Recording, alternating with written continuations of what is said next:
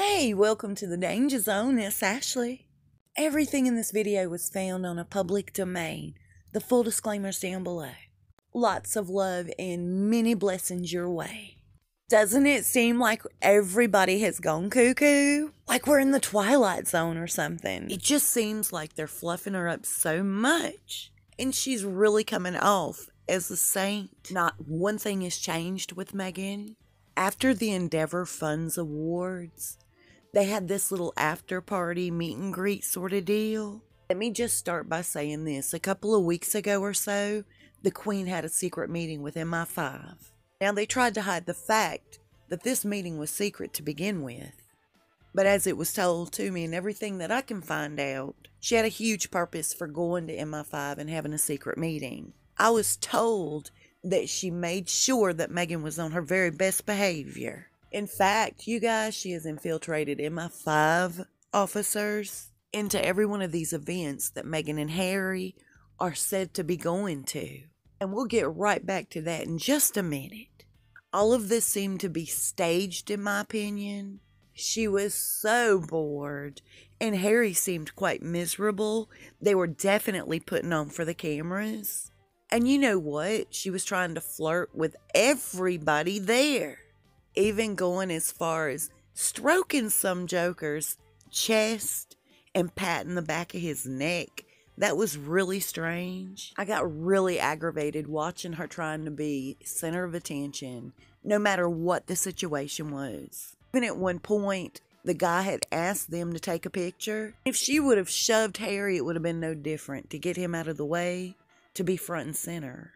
So at one point she was trying to do something, and this is where an Mi5 officer had caught her attention.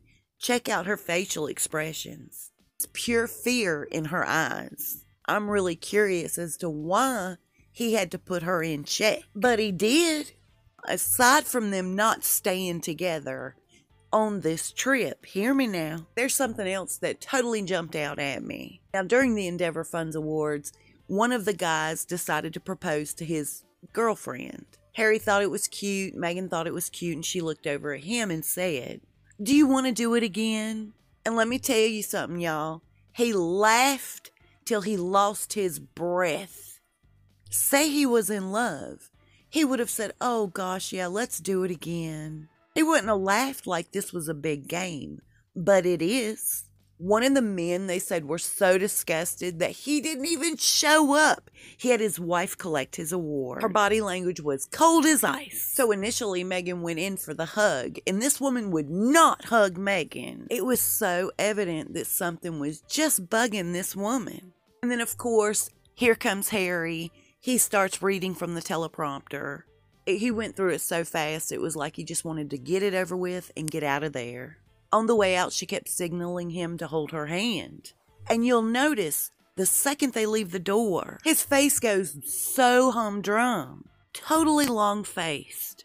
They get in the car and they take off. But like I said earlier, they're not even staying in the same place together. A friend of mine, Natural Mystic, pointed this out. What is up with her eyelids? Did she have her eyes done? Everyone's talking about this bruise on her ankle. And it's always been there. Remember that movie she was in? She kept her boat shoes on. That bruise is what stood out to me the most, believe it or not. It's what I focused on. I'm wondering if it's not like where a tattoo used to be and she had it removed. I'm not sure. But in my opinion, it really just solidifies the fact that yes was her in that movie. So everybody's talking about how in love Harry and Meghan are. And they're so right, don't get me wrong. He's in love with the camera, and he's in love with the idea of making billions. And paying his brother back, of course, for always being the firstborn son. You guys, here's proof that she hasn't changed a lick. She's still the same old Meghan. Buckingham Palace had sent an email out to all the media circuits, letting them know, hey, look, Camilla's doing this thing for WOW.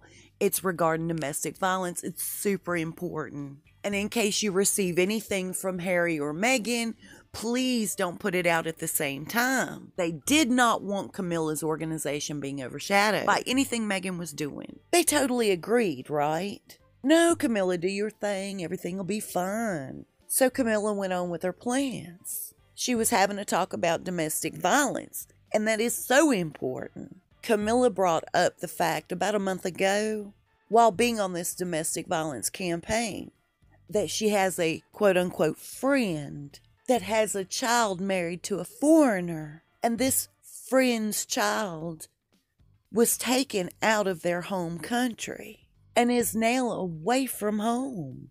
And the friend is worried that there's a control tactic going on, as well as a ton more of domestic violence.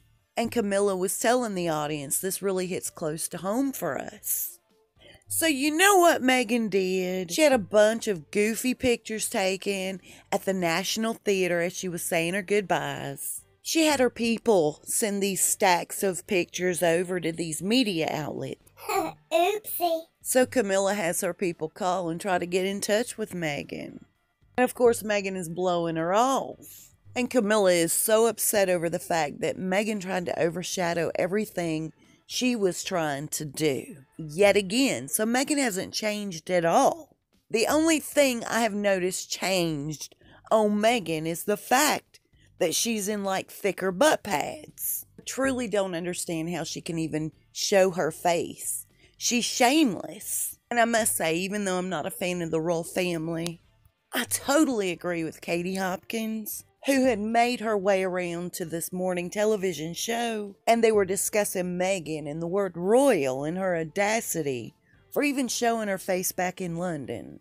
And Katie Hopkins went on to say that what she did not appreciate was this: for Meghan to try to fight legally to use the word royal, saying that, hey, the Queen doesn't own that word. And Katie Hopkins claps back and says, yes, she does. The Queen's put in 70 years. And if the word royal belongs to anybody, it should belong to her.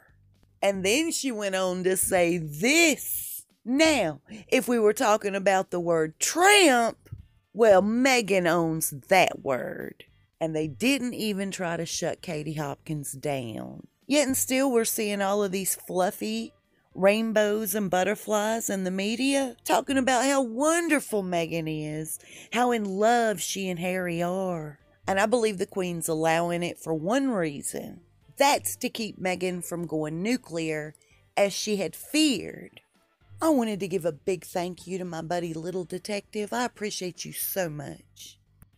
So while Harry was out with the race car driver doing one of his events, here's what Meghan got bored and decided to do, spur of the moment. She decided to visit East London and drop in at a school there. And do you realize that she made such a big deal out of security?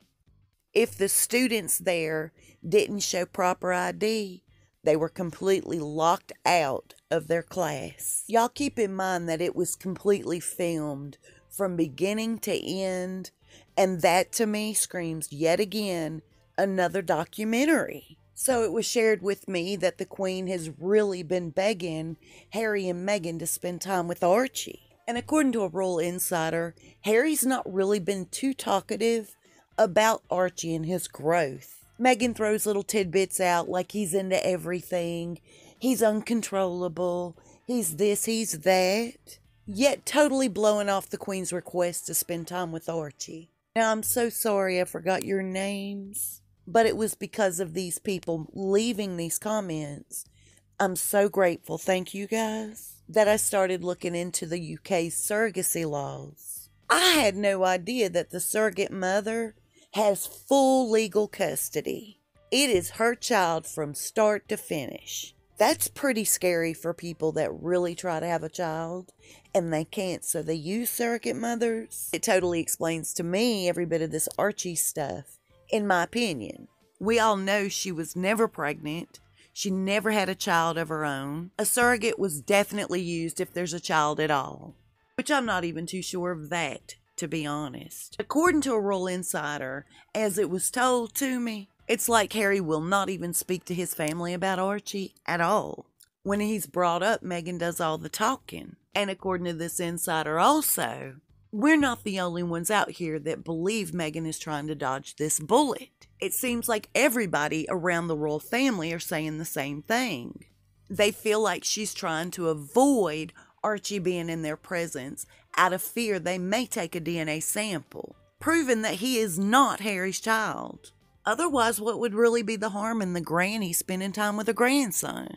And they say the Queen has literally begged these people to see this child. And everybody agrees that the Queen knows something is definitely amiss. So Meghan hasn't changed. In fact, she's just gotten worse. I'll see you soon and we'll talk fast. Y'all stay safe and be blessed.